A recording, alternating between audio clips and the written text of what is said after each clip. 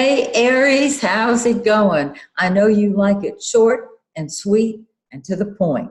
So I'm going to start with announcements and then get into your personal forecast, which is looking good, real good. Okay, if you have not yet ordered my summer eclipse special, it goes through the end of the year.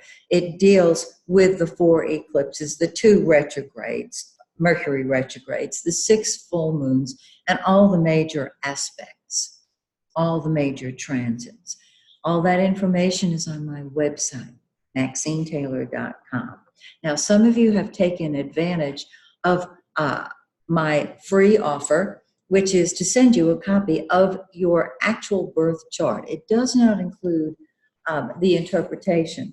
And this book that I've written, now that I've cast it, what do I do with it? Some of you have asked me about a book to read. I'm going to suggest mine. It's on Amazon.com. I think you'll find it very, very helpful in interpreting your chart. And the full moon ceremony this month is July 16th. If you're in Atlanta, please come. It's free of charge. If you're not in Atlanta, if you're halfway across the world, we start at 7 p.m. Eastern Daylight Time. Convert your time zone to Eastern Daylight Time and just join us through the ethers. Many people have done that, and they've told me how powerful it has been. So you are invited, even if you can't be here. Okay, we have got us a big month. First of all, the sun starts out in sensitive, self-protective Cancer. And on the 22nd, it moves into great, grand, glorious Leo. Mercury goes retrograde on between the 7th and the 8th. Now, if you have not yet watched my video, Mercury retrograde, the prequel and the sequel, it's on YouTube. It talks about the shadow of the retrograde Mercury.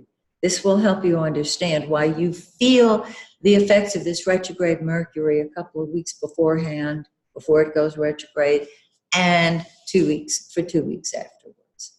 In other words, no, you ain't crazy. You're feeling it.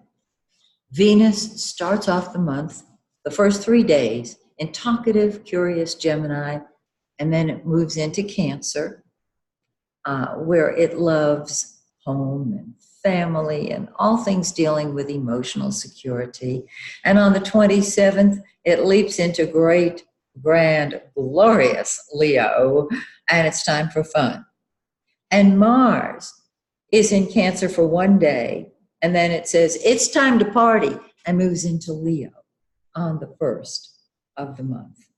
Okay. We have 2 eclipses. The first one is July 2nd. The second is July 16th. And then we have a new moon on the 31st. I'm going to explain what all that means for you right now. When you look at this solar chart, you can see that all the activity is focused right in this area.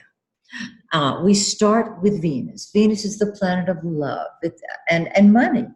And when it's in your 3rd house, which it is, it has been and will be till the 3rd of July, you're thinking happy thoughts. You're thinking in terms of travel. You're thinking in terms of communicating, and your outlook is very positive. On the 3rd, when it moves into your 4th house, and you can see there's so much activity here. 4th house of home, family, real estate. This is where you want to spend your time. And it makes sense because Cancer is a very nurturing sign, and we love being at home with family during that time. And so if you're thinking of moving on, now don't do it on a retrograde Mercury, but be planning it, because that's what we do on a retrograde Mercury. We plan.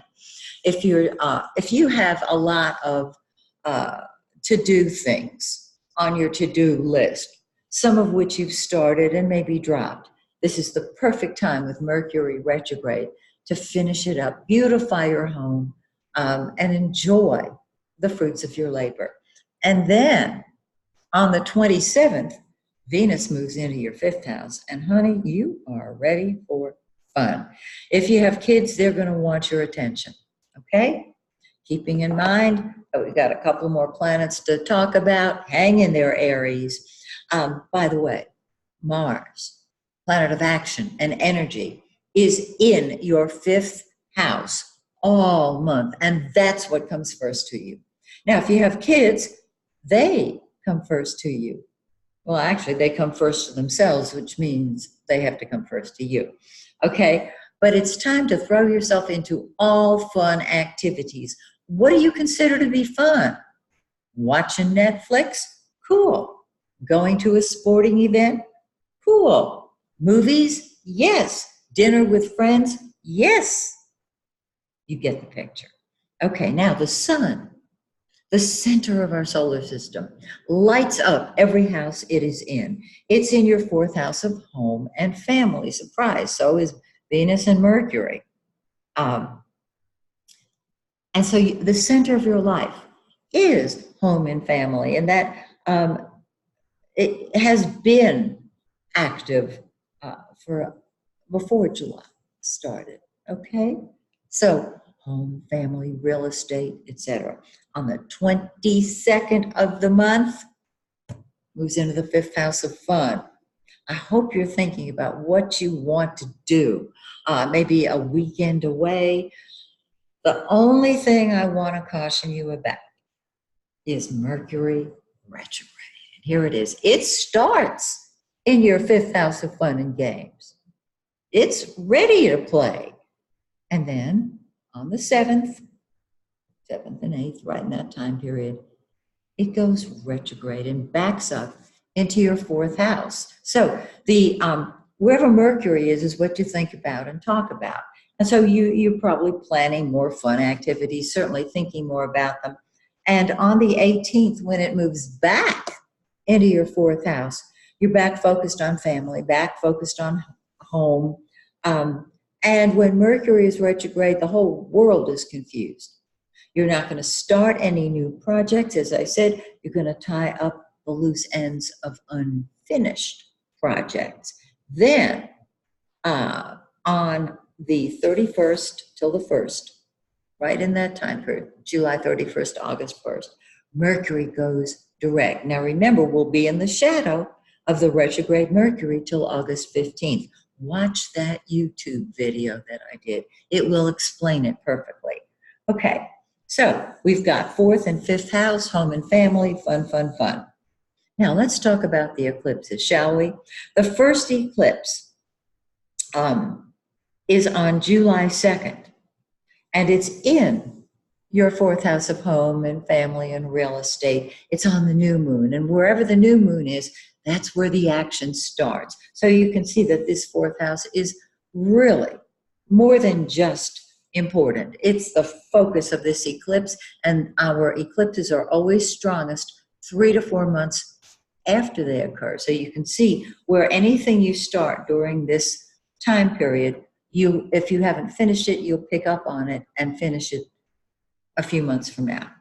The second eclipse is July 16th. This is the lunar eclipse. The first eclipse is, the solar eclipse is in 10 Cancer 38. Find 10 Cancer 38 in your birth chart. If you can't find it, check out my special. I'll tell you where it is. The full moon, the lunar eclipse, is on July 16th, and it is in 24 Capricorn in your 10th house. And so your career comes to a head, your leadership ability. And fourth house and 10th house represent the parents, whether they're living or not, okay? And so the first eclipse emphasizes the nurturing parent. The 10th house eclipse, the second eclipse, emphasizes the out front parent, the message they gave you. And this can bring your career situation to a wonderful peak. It's terrific. Then on July 31st, we have another new moon in your fifth house. I say another because the solar eclipse is new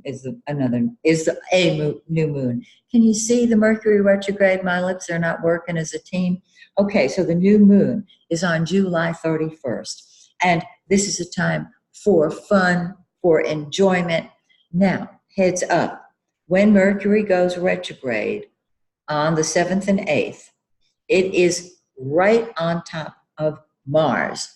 What I'm saying to you is don't avoid conflict and arguments as much as possible when Mercury goes retrograde on the 7th and 8th. It is too easy for your temper to flare. Okay? On the 21st, the sun is conjunct Mercury, and everybody is going to be ego-centered. And then on the new moon, on the 31st, that's when Mercury goes direct. So you can see that we have a very important month ahead of us. And I hope that this helps you navigate beautifully. So till next month, may the stars shine brightly on you and yours. Bye for now.